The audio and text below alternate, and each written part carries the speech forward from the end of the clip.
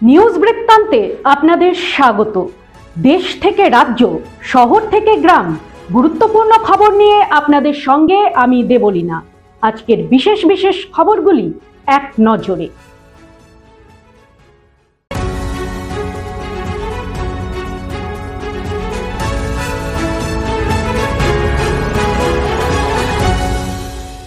সারাদিনের নিউজ বৃত্তান্ত নিবেদন করছেন প্রিন্ট জুয়েলার্স, সোনা যা সর্বক্ষণে।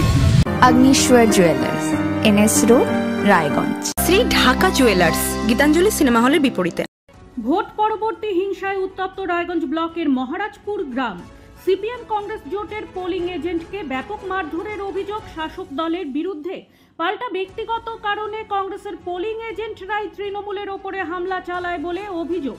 দুই পক্ষের সংঘর্ষে আহত দুই পক্ষেরই দুইজন। আহত দুইজনকেই রায়গঞ্জ মেডিকেল কলেজ ও হাসপাতালে ভর্তি করা হয়েছে। পুলিশ ঘটনার তদন্ত শুরু করেছে। সূত্রের খবর, বুধবার বিধানসভা উপনির্বাচনের দিন শেষ বেলায় রায়গঞ্জ ব্লকের বাহিন গ্রাম পঞ্চায়েতের মহারাজপুর বুথে এক ভুয়ো ভোটারকে ধরে ফেলেন কংগ্রেস পোলিং এজেন্ট। পাশাপাশি ভোটারদের বুথে যেতে দেওয়া হয়নি, আর তার প্রতিবাদ করাতেই এই হামলা বলে অভিযোগ। ভোট পর্ব মিটে যাওয়ার পরই তৃণমূল কংগ্রেস এবং কংগ্রেস কর্মীদের মধ্যে একপ্রস্ত সংঘর্ষ হয়। সালিশি সভার মাধ্যমে বিষয়টি মিটিয়ে ফেলার আশ্বাস দেন এলাকার নেতারা। বৃহস্পতিবার সকালে রঞ্জিত হোসেন নামে এক তৃণমূল কংগ্রেস নেতা মোটর বাইক নিয়ে যাওয়ার সময় তার উপর কেউ বা কারা হামলা চালায় বলে অভিযোগ। এ খবর ছড়িয়ে পড়তেই কংগ্রেস কর্মী নবাব আলীর বাড়িতে হামলা চালানো হয় বলে অভিযোগ। ঘটনার খবর ছড়িয়ে পড়তেই এলাকায় উত্তেজনার সৃষ্টি হয়। পুলিশ ঘটনার তদন্ত শুরু করেছে। রায়গঞ্জ বিধানসভা উপনির্বাচনে শাসক দলের বিরুদ্ধে একাধিক বুথে ছাপ্পা ভোট বুথ জ্যামের অভিযোগে শহরের ঘড়ি মোড়ে রাস্তা অবরোধ করে বিক্ষোভ দেখালো বাম কংগ্রেস জোটের নেতা কর্মীরা। রায়গঞ্জ বিধানসভা উপনির্বাচনে বাম সমর্থিত কংগ্রেস প্রার্থী মোহিত সেনগুপ্ত 47টি বুথে পুনর্নির্বাচনের দাবি জানিয়ে নির্বাচনী পর্যবেক্ষক, পুলিশ পর্যবেক্ষক এবং রায়গঞ্জ নির্বাচনী আধিকারিকের কাছে ইতিমধ্যেই লিখিত অভিযোগ করেছেন। ঘড়ি মোড়ে পথ অবরোধ তুলতে এসে পুলিশের সঙ্গে বচসা বাঁধে জোট কর্মীদের। বেশ কিছুক্ষণ পর পুলিশের আশ্বাসে অবরোধ প্রত্যাহার হয়। তবে আগামীতে আরও বৃহত্তর আন্দোলনের হুঁশিয়ারি দিয়েছেন আন্দোলনকারীরা।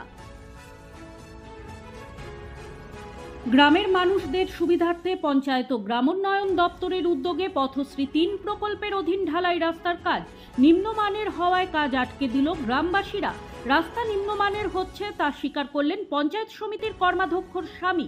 এই ঘটনায় আলোড়ন ছড়িয়েছে এলাকায়। উত্তর দিনাজপুর জেলার কালিয়াগঞ্জ ব্লকের মালগাঁও গ্রাম পঞ্চায়েতের অধীন মালগাঁও ঝাবড়ি মোড় হতে বিজইল পর্যন্ত 1700 মিটার রাস্তার জন্য বরাদ্দ হয়েছে 63 লক্ষ টাকা।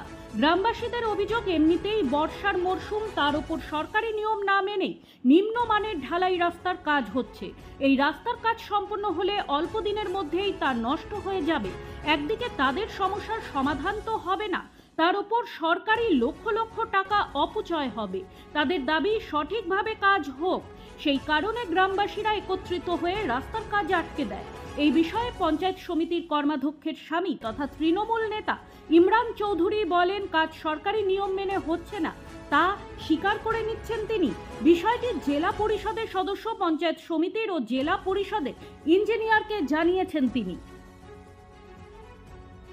জমিকাণ্ড ও জমির মালিককে খুনের চেষ্টায় অভিযুক্ত সন্দেহে ধৃত তৃণমূলের ডাবগ্রাম ফুলবাড়ি সাংগঠনিক ব্লকের সহ সভাপতি গৌতম গোস্বামীকে তৃণমূল থেকে বহিষ্কার করল জলপাইগুড়ি জেলা তৃণমূল।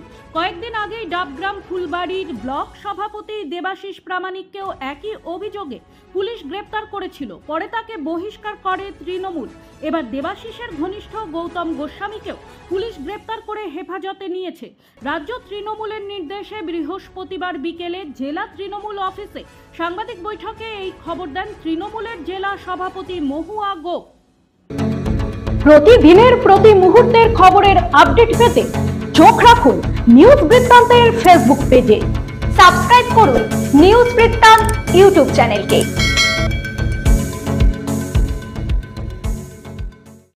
রাজ্যের মুখ্যমন্ত্রীর কড়া বার্তা, এরপরই পথে নামল টাস্ক ফোর্স। বৃহস্পতিবার সকাল থেকে শহর শিলিগুড়ির পাইকারি থেকে শুরু করে খুচরো মার্কেটগুলিতে হানা দেয় টাস্ক ফোর্সের একটি প্রতিনিধি দল।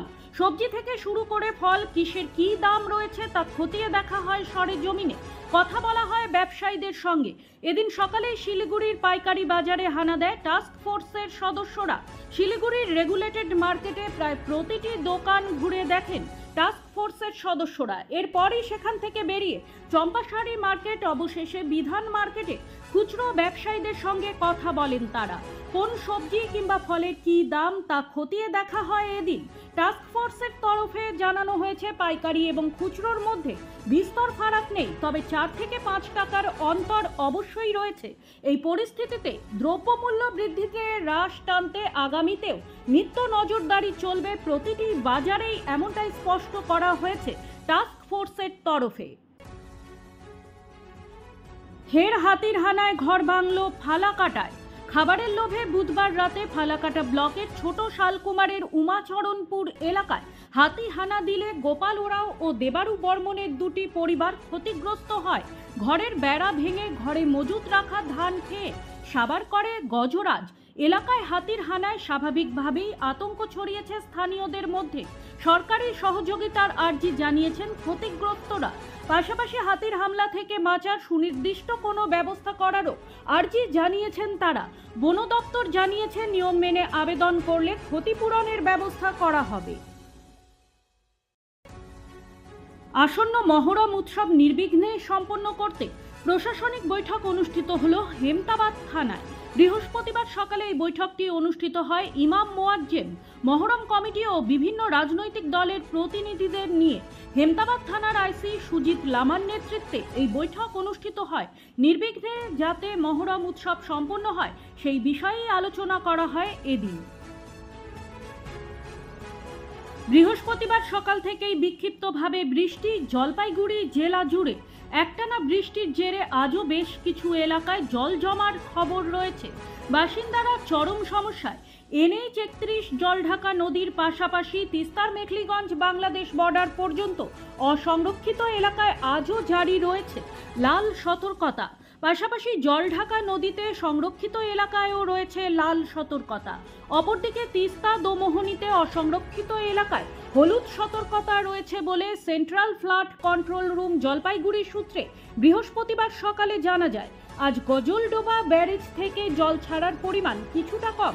আজ সকাল 6টায় জলপাইগুড়ি গজলডোবা তিস্তা ব্যারেজ থেকে জল ছাড়ার পরিমাণ 1352.10 কিউমেক এবং সকাল 7টায় 861.44 কিউমেক। সারাদিনের নিউজ বৃত্তান্ত আজ এই পর্যন্তই।